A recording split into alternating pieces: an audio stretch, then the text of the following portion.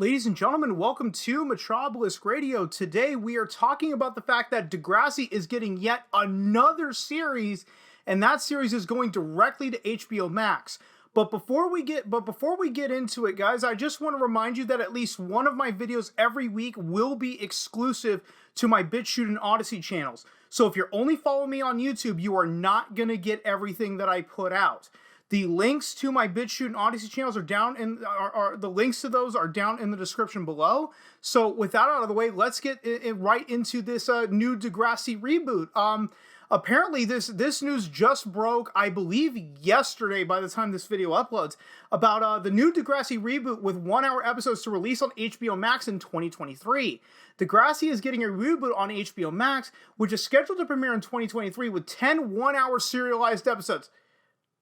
I forgot about that fact that they're gonna serialize the frickin' show. You know what? I already did an entire video dedicated to how serialization is killing television, and I no offense, guys, I'm a little too lazy. I don't want to repeat myself. So if I remember to put a link to that video, I'll put a link to it in the description of this video below. Otherwise, I probably would have already, slapped the thumbnail of that video so that you guys can search the channel for that. But anyway, let's get into this before I tangent off for way too long. Degrassi is getting a reboot on HBO Max, which is scheduled to premiere in 2023 with 1-hour serialized episodes. WildBrain's Degrassi franchise, created by Kit Hood and Linda Schuler, began in 1979 with the kids of Degrassi Street. The show featured a diverse cast of kids and adults alike and was praised for its depiction of real issues kids and teens faced. The series spawned 4 other series: Degrassi Junior High, that led to the spinoff of Degrassi High, Degrassi: The Next Generation, which lasted a hell of a long time. We're talking like 15 seasons on Nickelodeon, and Degrassi Next Class that is on Netflix.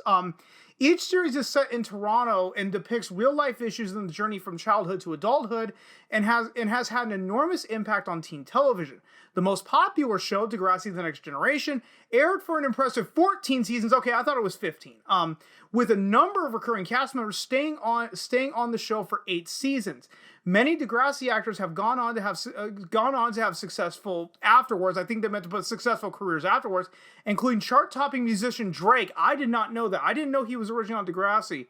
The Vampire Diaries star Nina Dobrev, 90210 star Shanae Grimes, and Broadway actor Jake Epstein. Hopefully not related to that other Epstein guy. The guy that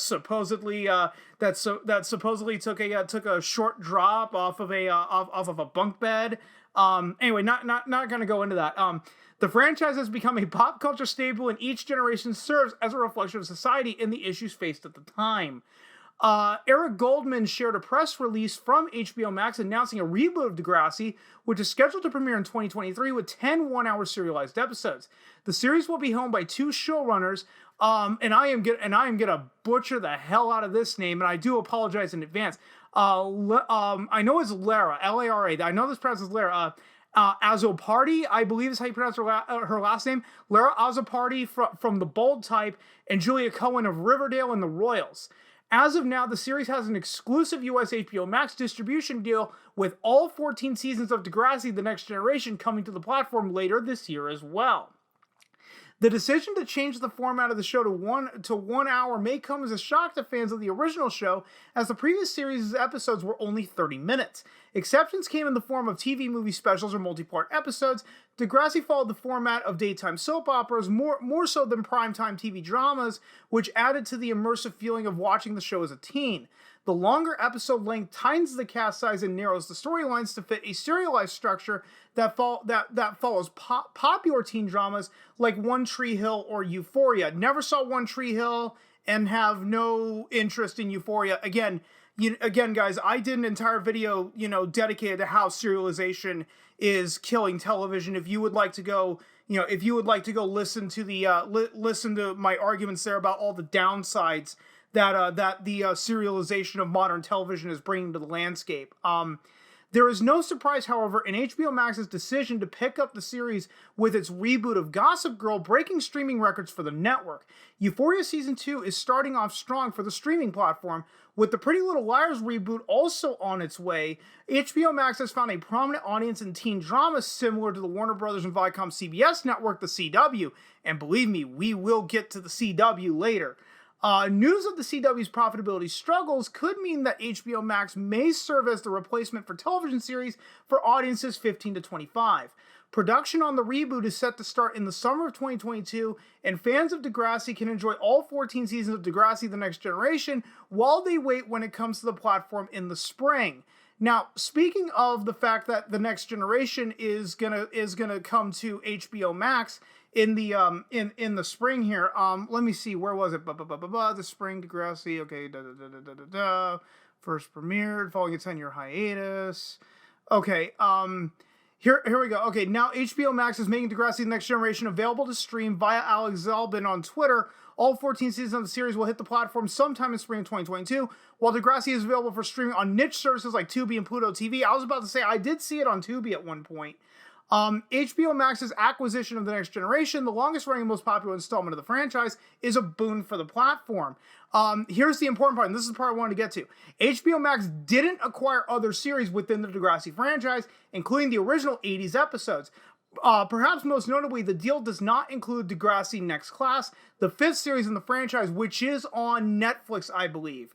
Next Class follows some of the students introduced toward the end of The Next Generation, plus an ensemble of new characters. It debuted in the US and internationally on Netflix in 2016 and ran into its cancellation in 2019. While Next Class may have been a logical acquisition for Netflix, it will be interesting to see how The Next Generation fits in tonally within the HBO service. Early seasons of TNG, that's Degrassi: The Next Generation. See, when you say TNG to me, I automatically think Star Trek: The Next Generation. Early episodes of TNG feel especially geared toward adolescents, exploring topics like stranger danger and bullying. That being said, HBO is savvy enough to know that most viewers will be millennials savoring a nostalgic rewatch. Degrassi should also serve as a notable contrast with HBO's current teen series like Gossip Girls and Euphoria, which, unlike the Canadian series, cast adults rather than actual teenagers. HBO Max subscribers can look forward to revisiting Degrassi: The Next Generation, the next generation when it hits the platform this spring. So this is the point that I wanted to get to, is like, okay, you're gonna do this reboot of Degrassi, but you're not gonna make an effort to bring all the shows over. I understand, with like Degrassi: The Next Class, it's probably some huge legal thing with Netflix, and it's probably going to cost them, tens of millions of dollars to get that over to HBO Max. So fine, release that later. But why didn't they get, like the kids of Degrassi Street, Degrassi Junior High and Degrassi High, for example, to bring it all over? That way, if someone isn't familiar with Degrassi, or heaven forbid, they're only familiar with The Next Generation and want to see what came before it, you're gonna have to really go out of your way to find these episodes. Whereas if HBO had just focused on, okay, let's get all of these shows on one platform so that anyone who is curious can actually watch them, that would have been far better. And typically I'm against reboots in general, because I think that they're just lazy. However, doing a reboot of Degrassi actually doesn't surprise me, given the fact that Degrassi is the high school, so all you need to do is just pack it in with a bunch of new students. One of the easiest reboots you can do, hence why they rebooted 90210, what, now twice? I know that the original 90210 was in the 90s, and then I believe they rebooted it and just called it 90210, I believe in the late 2000s, and then they tried bringing it back recently, I believe with the original cast. Anyway, I'm going off on a tangent. So, could the Degrassi reboot work in theory? Yeah, very much so. Just get a new crop of students, get a new crop of faculty, and you're good to go. A show set at the high school, easiest fucking reboot you can do.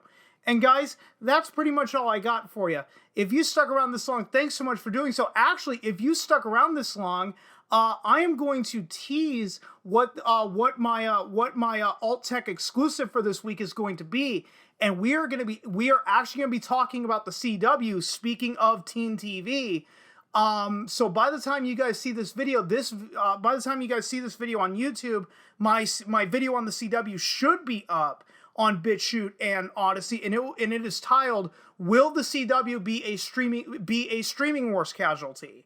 So if you haven't already clicked on the links in the description below for both my BitChute and Odyssey channels, do so. And anyway, guys, I'm going to go ahead and truly end it right here. If you stuck around this long, thanks so much for doing so. And if you've been following me long enough, you know I'm terrible at ending these videos, so I will just see you guys next time.